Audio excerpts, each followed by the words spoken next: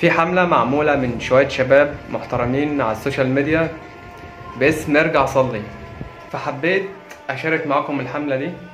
طبعا انت لو مهتم بالحملة هتقف معايا دقيقة واحدة مثلا ومش هنكمل دقيقة، تمام؟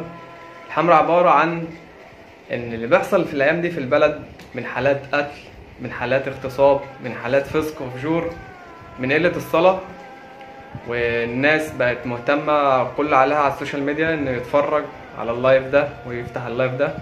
طبعا والصلاة نسيناها، معظمنا بيصليها في البيت ومعظمنا بيروح الجامع، بس نسبة قليلة اللي بتروح الجامع. فأنا حابب أقول لك إنك شارك معانا في الحملة دي عشان خاطر الناس تفوق من الغفلة اللي هي فيها.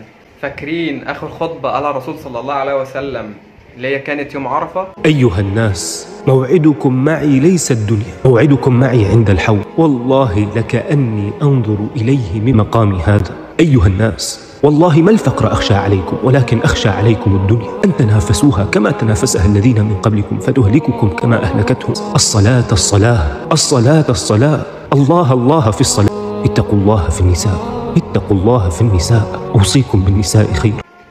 اتقوا الله في النساء، انك مش تروح تعمل لها لايك تعمل لها شير لللايف بتاعها عشان خاطر مبينه الحتتين.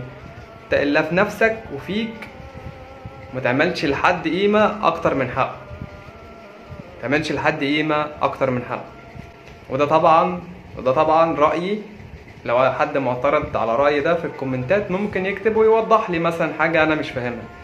ولو ليك صاحب ما بيصليش ممكن تشير له الحلقه، ممكن ربنا يهديه، لأن فعلا لازم نرجع لربنا شوية. والسلام عليكم ورحمة الله وبركاته، ونلتقي في حلقة قادمة بإذن الله.